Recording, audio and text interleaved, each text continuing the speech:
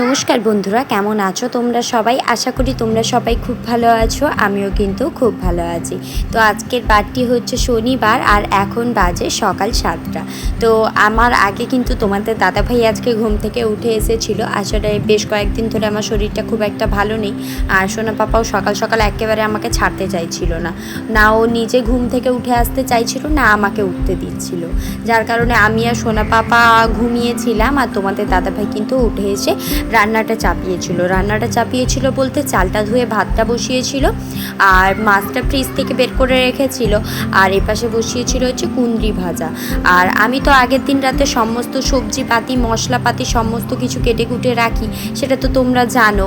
আমি তো সব কিছু কেটে কুটে ফ্রিজে রেখেই দিই, তো ওগুলো রাখাই ছিল। আর আজকে তোমাদের দাদাভাই বলছিল যে ও অফিসে যাবে না, কিন্তু হঠাৎ করে ওর আবার মন হয়েছে যে রবিবার তো ছুটিতে বাড়িতেই থাকি, তো আজকে আর কেন বেকার অফিসটা কামাই করব। আর ওরা খুব একটা বেশি অফিস থেকে ছুটি পায় না, ওই মাসে 15 থেকে 20টা ওদের, মাসে বলছে বছরে 15 থেকে 20টা ওদের ছুটি থাকে।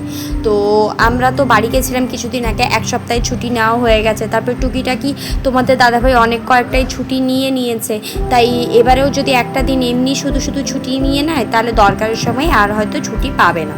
তাই বললো কেন বেকার বাড়িতে থাকবো, যাই অফিসটা করে আসি, রবিবার তো বাড়িতেই থাকবো। তো আমি বললাম যে ঠিকই আছে, আর আমিও তো এমনি সবজিপাতি কেটেই রেখেছি, আমারও যদি সকাল সকাল রান্নাটা হয়ে যায় তবে কিন্তু সুবিধেই হবে, মন্দ কিছু নয়। আর এদিকে কিন্তু আমি বোতল টোতল সমস্ত কিছু ভালো মতন করে ধুয়ে নিয়েছি, আর বোতলে নিপ তারপরে ছিপিগুলো সমস্ত কিছু গরম জলে ফোটাতে দিয়েছিলাম, ওটাও হয়ে গেছে। ওটাকে এখন জল ছড়ানোর জন্য প্লেটটাতে তুলে রেখে দেবো। আর কুঁদলি ভাজাটা তো আমার হয়ে গেছিলো, তাই কিন্তু বাটিতে তুলে রেখেছি। আর ভাতটা না 1 ফুট এসে গেছে, তাই ভাতটাকে একটুখানি কমিয়ে রেখেছি।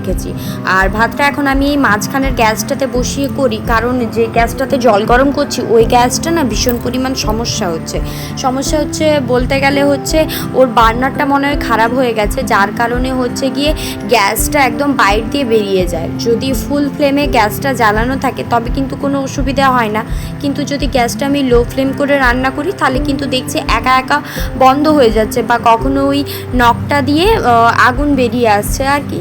আর আমার না এই গ্যাসকে ভীষণ ভয় লাগে, তাই কিন্তু আমি গ্যাসটা খুব একটা জ্বালাই না। আজকে যেহেতু 2টো গ্যাসেই রান্না চাপিয়ে দিয়েছিলাম, তাই গরম জলটা করবো বলে এই গ্যাসটা ধরিয়ে দিয়েছি। আর সোনা পাপাকে অনেক কষ্টে ঘুম পাড়িয়েছি, ও যদি আবার ঘুম থেকে উঠে পড়ে তাহলে ওকে নিয়ে রান্না করতে একটু আমার কষ্টই হয়ে যাবে। তারপরে ও যদি আবার উঠে আসতে না চায় তাহলে ওকে নিয়ে আবার ঘুমিয়ে থাকতে হবে। সব কিছু ভেবে কিন্তু আজকে ভয়ে হলেও 3টে গ্যাসই আমি ধরিয়ে দিয়েছি, যে একটু জলটা অন্তত ওতে গরম করে নিই, তাহলে কিন্তু ঝটপট করে আমি সমস্ত কাজটা এগিয়ে নিতে পারবো। তারপর তোমাদের দাদাভাইকে জিজ্ঞাসা করলাম যে ও ব্রেকফাস্টে কী খাবে। আসলে 2 দিন ধরে ওটস শেষ হয়ে গেছে, আর রুটিও নিয়ে আসছে না, তো তেমন কিছু কিন্তু আমি বানিয়ে দিতে পারছি না। ওই নর্মালি একটুখানি ফল টল কেটে দিই, ওটাই ও নিয়ে যায়, তারপরে ছোলা টোলা সেদ্ধ করে দিই। আর রোজ কি একই জিনিস খেতে ভালো লাগে বলো? তাই আজকে বলছি যে তুমি কি খাবে, বলছে যে আমি বাইরে ঘুগনি মুড়ি খেয়ে নেবো। তো রোজ তো বাইরের ওই ঘুগনি মুড়ি খাওয়াটা ঠিক না, তাই ভাবছি যে রান্নাবান্না যদি আমার ঝটপট করে শেষ হয়ে যায় তাহলে লাস্টের দিকে ওকে একটুখানি সুজির উপমা বানিয়ে দেবো। তো ওই জিনিসগুলো খুব ভালো খায়। আর আমি যেহেতু সকালে 2টো তরকারি ভাত করি, তারপর সোনা পাপা উঠে পড়লে একটু ঝামেলা হয়ে যায়, তাই কিন্তু রোজ আর এগুলো বানিয়ে দিয়ে ওঠা হয় না। কারণ এত ঝামেলা করে সুজির উপমা বানাতে গেলে তো একটু ঝামেলা হয়, সবজিটাকে ভাজতে হবে, তারপরে সুজিটাকেও লাল লাল করে ভেজে তারপরে একদম শুকনো করে নামাতে হয়। আর এদিকে দেখো তোমাদের সঙ্গে কথা বলতে বলতে আমার জলটা গরম হয়ে গেছিলো, তো ফ্লাক্সে ঢুকিয়ে রেখে দিলাম। আর সোনা পাপার খাওয়ার জন্য জল কিন্তু আমি আগেই বের করে রেখে দিয়েছি। আর এখন এই যে সসপ্যানটা তুলে রেখে দিচ্ছি, আর তোমাদের দাদাভাই চান করতে যাবে বলে ব্রাশ কলগেটটা নিয়ে গেল, আর কাপড়গুলোও কিন্তু শার্পেও চুবিয়ে দিয়েছে। আর এদিকে তেলটা আমার গরম হয়ে গেছে, এখন মাছে ভালো মতন করে নুন হলুদ মাখিয়ে নিচ্ছি। তো আমার আর তোমাদের দাদাভাইয়ের জন্য আজকে নিয়েছি হচ্ছে চারাপোনা মাছ। আর চারাপোনা মাছে যেহেতু ভীষণ কাঁটা থাকে, সোনা পাপাকে খাওয়াতে অসুবিধা হবে, তাই ওর জন্য একটা কাতলা মাছের পেটি ছিল, ওটাই নিয়েছি। তো তোমাদের দাদাভাই একটা শোল মাছও নিয়ে এসেছে, আর এই চারাপোনা মাছ আগের দিন নিয়ে এসেছিলো।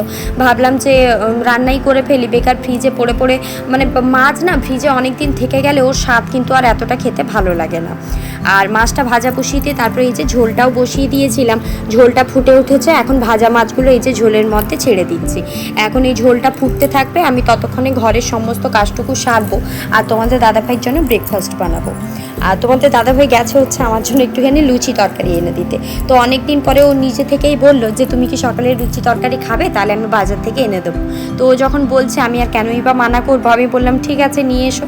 আর এদিকে দেখো আমি তোমাদের দাদাভাই টিফিনটা বসিয়ে দিয়ে এখানে কিন্তু লাঞ্চটা প্যাক করে দিয়েছি। এই যে কুন্দলি ভাজা দিয়েছি, ভাত দিয়েছি, আর সজনে আলু দিয়ে মাছের ঝোল করেছিলাম ওটাই দিয়েছি। তো এখন চলো টিফিনটা ভালো করে গুছিয়ে দিই, তারপরে রান্নাঘরটাও একটু গোছাতে হবে। সমস্ত কিছু গোছানোর পরে তোমাদের দাদাভাই এই যে এখন সমস্ত কিছু নিয়ে আমাকে আর সোনা পাপাকে টাটা দিয়ে অফিসের জন্য বেরিয়ে যাচ্ছে। আর সোনা পাপাও কিন্তু তোমাদের দাদাভাই যাওয়ার আগেই উঠেছে, মানে এই 5 মিনিট হলেও তোমাদের সোনা পাপাও উঠেছে। তো ঘুম থেকে উঠেই দেখছে পাপা চলে যাচ্ছে, তাই কিন্তু ওর মনটা একটু খারাপ হয়ে গেছে। তারপরে ওকে ব্রাশ করালাম, নিজে ব্রাশ করে এখন হচ্ছে গিয়ে ব্রেকফাস্ট খেতে বসেছি। এই যে দেখো একটা একদম মটর আলুর তরকারি দিয়েছে, সাথে হচ্ছে গিয়ে 6 পিস লুচি নিয়ে এসেছে। 6 পিস 30 কি 40 টাকা নিয়ে এসেছে। তো ওটা দিয়েই এখন সকালে ব্রেকফাস্টটা করে নিচ্ছি। আর চা না হলে তো আমার রোজ সকালে জমেই না, তাই চাও নিয়েছি সাথে করে।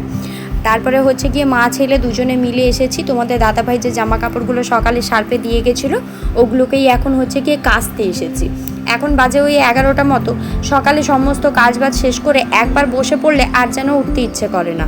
তো আজও সেই হয়েছে, বসে ফোন দেখতে দেখতে অনেকটাই বেলা হয়ে গেছে, মানে 11টা বেজে গেছে, তবুও কাজ করতে ইচ্ছে করছিল না। তবুও ভাবলাম যে কাজ তো করতেই হবে, তাহলে আর বসে থেকে লাভ নেই, উঠে গিয়ে ঝটপট করে কাজটুকু সারি। কারণ সকালে রান্নাবান্নার পরেও আমার বেশ কয়েকটা কাজ থাকে, যেমন এই কাপড়গুলো কেচে ছাদে মেলতে যেতে হয়, তারপরে ঘর দুটো মুছতে হয়, সোনা পাপাকে চান করানো, খাওয়ানো, নিজের চান করা, ঠাকুর পুজো করা, অনেক কয়েকটাই কাজ থাকে। তো অনেকেই ভাবে হয়তো ভাড়া বাড়িতে থাকলে কোনো কাজই করতে হয় না, সারাদিন শুধুমাত্র খেয়ে দিয়ে ঘুমিয়ে থাকলেই হয়। তো তাদের ক্ষেত্রে একটাই কথা বলবো যে ভাড়া বাড়িতে থাকো আর নিজের বাড়িতে থাকো। নিজের বাড়িতে থাকলে যেমন সমস্ত কাজ করতে হয়, তেমন ভাড়া বাড়িতে থাকলেও কিন্তু সমস্ত কাজ করতে হয়। বাড়িতে তবুও কাউকে বলতে পারবে যে আমার কাজগুলো একটুখানি করে দাও তুমি, আজ আমার শরীরটা ভালো নেই। কিন্তু ভাড়া বাড়িতে থাকলে এই কথাটা তুমি কাউকে বলতে পারবে না, কারণ শরীর খারাপ থাকুক আর ভালো থাকুক, নিজের কাজগুলো সবসময় নিজেকেই করে নিতে হবে। কাউকে বলতে পারবে না যে আমার কাজ তুমি একটু করে দাও, কেউ করেও দেবে না। তাই যারা এই কথাটা ভাবো যে ভাড়া বাড়িতে থাকলে হয়তো কোনো কাজ করতে হয় না, তাদেরকে বলবো তোমরা একদম ভুল ভাবো, বা হয়তো কখনো বাইরে এসে তোমরা হচ্ছে গিয়ে সময় কাটাওনি, তার কারণে তোমরা হচ্ছে গিয়ে জানোই না যে বাইরে থাকলে যে কতটা পরিমাণ সমস্যা ভোগ করতে হয়। আর এদিকে দেখো সোনা পাপা কি পরিমাণ আমাকে জ্বালাচ্ছে, শুধুমাত্র জল ঘাটতে আসছে। একটা গাড়ি নিয়ে এসেছিলো, তো বকা দিতে ওটাকে রেখে দিয়ে এসেছিলো। তো কাপড় ধুতে ধুতে আমার একটা পার্সেল এসে গেছিলো, তো পার্সেলটা নিয়েছি। আমি না 3টে হারের কম্বো দেখেছিলাম বেশ কম দামে, এই 240 টাকার মতো। তো ওটার মধ্যে 3টে হারের কম্বো হয়ে গেছে। তো আমি নিয়েছিলাম এটা ফ্লিপকার্ট থেকে। যদি কারুর লাগে আমাকে বলো, আমি কিন্তু মানে ট্যাগ করে দেবো ইয়েটা। আর এখানে দেখো 3টে কানেরও দিয়েছে, ছোট ছোট 3টে কানেরগুলো কিন্তু আমার ভীষণ কিউট লেগেছে, একদম স্টাফের মতো ছোট ছোট। এটা একটা ঝরা দিয়েছে, আর একটা শিউলি পাতার মতো, আর এটা হচ্ছে ওই লং হারটার কানের আর কি, ভীষণ সুন্দর এসেছে। একটা হচ্ছে গিয়ে একদম পার্লের একদম লম্বা একটা সেট, আর একটা নিয়েছি চোকার, আর একটা এমনি নর্মালি গলায় পরার জন্য। তো সবটাই তোমাদেরকে আস্তে আস্তে খুলে খুলে দেখাচ্ছি। তা কাজ করতে করতে মাঝখানে পার্সেল এসে গিয়ে কিন্তু আবার কাজের একটুখানি ব্যাঘাত ঘটে গেছে, তাই ভাবলাম যে নিজে ওপেন করেছি যখন তোমাদের সঙ্গেও একটু শেয়ার করে দিই। এইটা হচ্ছে চোকারটা কি সুন্দর লাগছে দেখো, 3টে ছোট্ট ছোট্ট সোনালি কালারের আছে, ওর ভেতরে আবার স্টোন দেওয়া আছে। আর এটা হচ্ছে কি একটু ঝোলা টাইপের। এতে সবচেয়ে কিউট আমার লেগেছে এই হচ্ছে শিউলি ফুলের মতো যে ছোট ছোট পেন্ডেন্টগুলো করা আছে, এইগুলো কিন্তু ভীষণ কিউট লেগেছে আমার। আর কোয়ালিটি একদম এ ক্লাস কোয়ালিটি আছে, ভীষণ সুন্দর দিয়েছে, আমার কিন্তু ভীষণ পছন্দ হয়েছে। তারপরে হচ্ছে সমস্ত জিনিস একদম চেক করে নেওয়ার পরে পার্সেল গুছিয়ে রেখেছি। তারপরে এখন এসেছি হচ্ছে গিয়ে ঘরদোর মুছবো। প্রথমেই হচ্ছে গিয়ে জলে একটুখানি ফিনাইল দিয়ে দিলাম, আর তোমাদের সোনা পাপা দেখো হাতে একটা লাঠি নিয়ে ও কিনা ওই ফিনাইল গোলা জলের মধ্যে মাছ ধরছে। কি আর বলবো বলো, ছোট বাচ্চাকে নিয়ে কাজ করতে করতে আমার সারাদিন মাথায় যন্ত্রণা এসে যায়। ওর পিছনে যে কত বকবক আমার করতে লাগে, তবুও চেঁচিয়ে তো কোনো লাভ নেই, কারণ ও তো তোমার একটা কথা কানে দেবে না, ও যেটা করছে ও ওটা করবেই। ও ওকে যদি তুমি মানা করো ও আরও বেশি বেশি করবে এই কাজগুলো। তাই ওকে আমি মানাও করি না, ও যেটা করছে করুক, যা করছে করে যাবে। লাস্টে একদম নিয়ে গিয়ে চান করিয়ে দিই, কারণ ছোট বাচ্চা ওই ফিনাইল জলে হাত দিচ্ছে, নোংরা ঘাটছে, ধুলো ঘাটছে, ওগুলো ওর শরীরের জন্যও খুব একটা ভালো নয়। আবার ওর অ্যালার্জি আছে, অ্যালার্জি থাকুক না থাকুক, আমার ছেলে মুখে খুব একটা হাত দেয় না, তবে যাদের বাচ্চা আবার মুখে টুকে হাত দেয় তাদের জন্য তো আরও বেশি সমস্যা, পেট খারাপ, অনেক রকম অসুবিধা হতে পারে। আর আমার ছেলে যত বড় হচ্ছে এত কথা শিখেছে, ওকে যদি আমি বকি ও তখন আমায় ঘুরিয়ে বলবে যে মামাম তোমার মাথা খারাপ, তুমি কথা শোনো না আমার। কি বলবো, ছেলে আবার প্রচুর পাকা হয়ে গেছে। আর এদিকে দেখো সমস্ত ঘরটা আমি ভালো মতন করে একদম মুছে নিচ্ছি। রোজই তো ঘর মুছি, তবুও কোত্থেকে যে এত বালি নোংরা ধুলো এসে জমা হয়ে যায় বুঝতে পারি না। ঘরটাও ঝুল ছেড়ে দিই, সপ্তাহে দুবার করে তো ঝুল ঝাড়াই হয়ে যায়, তবুও প্রত্যেক দিন এখানে ঝুল ওখানে ঝুল, মানে জানলা দিয়ে ধুলো ঢোকে না কোন পাশ দিয়ে ধুলো ঢোকে আমি ঠিক বুঝতে পারি না। একেবারে ঘর আমার ধুলোময় হয়ে থাকে। আর এদিকে কিন্তু পাশের ঘরের দিদি, উনি কিন্তু প্রত্যেক দিনই প্রায় আসেন, 11 দিন বাদ দিয়ে নাহলে প্রায় আসেন আমার কাছে, একটুখানি বসেন। তো উনি থাকলে আমার একটু হেল্প হয়, কারণ চান করতে গেলে সোনা পাপাকে একা ছেড়ে যেতে হয় না, সোনা পাপাকে ওনার কাছে বসিয়ে দিয়ে আমি টুক করে গিয়ে চানটা করে চলে আসি। আর এখন দেখো ঘরের কিন্তু ভেতর পাশটা মোছা হয়ে গেছে, এখন হচ্ছে গিয়ে বাইরের পাশটা মুছবো। তো চলো ঝটপট করে এখন পাপোশগুলো আগে পেতে নিই, কারণ পাপোশগুলো না পাতলে সোনা পাপা তো এক্ষুনি ঘরে ঢুকবে, আবার পায়ে পায়ে করে বালি চারিদিকে ঝরাবে। তো চলো ঝটপট করে এখন টাপসগুলো পেতে দিই, তারপরে হচ্ছে গিয়ে জামা কাপড়গুলো শুকোতে যাব, ওগুলো এখনও শোকানো হয়নি। তো জামা কাপড় শুকিয়ে দেওয়ায় আসার পরে চান করে ঠাকুরকে পুজো দিয়ে নিয়েছি, তারপরে হচ্ছে গিয়ে সোনা পাপাকে খেতে পেড়ে দিয়েছি। এই যে মাছের ঝোল দিয়েছি আর কুন্দলি ভাজা। আর ওকে তো আমার খেতে নাই বলবে, ও শুধুমাত্র নামে খেতে বসে, বউকে মেরে ধরে খাওয়াতে হয়, তা আজও তার অন্যথা হয়নি, একটু নিয়েই বলছে ঝাল। তারপরে সন্ধেবেলা হচ্ছে ঠাকুরকে সন্ধে দিয়ে নিয়েছিলাম, আর আজকে একটুখানি ঘরে ধুনো দিয়েছিলাম। তো বাড়ি থেকে অনেক পরিমাণ নারকেল ছোবড়া নিয়ে এসেছি, এখানে তো নারকেল ছোবড়া পাওয়াই যায় না। তো বাড়ি থেকে আমার শাশুড়ি মাকে বলেছিলাম বেশ অনেকটা পরিমাণ নারকেল ছোবড়া ব্যাগে করে পুরে দিয়েছেন। তো ওই নারকেল ছোবড়া হচ্ছে গিয়ে এখন বেশ কয়েকদিন ধরে আমি ধুনো দিতে পারছি ঘরে, আর ধূপ ধুনোর গন্ধতে না ঘরটা একদম আলাদাই হয়ে যায়। আর আজকের ভিডিওটা এখানেই শেষ করছি, কেমন লাগলো অবশ্যই জানাবে, যদি ভালো লাগে একটা লাইক আর সাবস্ক্রাইব করে আমার পাশে থাকবে। দেখা হবে নতুন আরও একটা ভিডিও নিয়ে।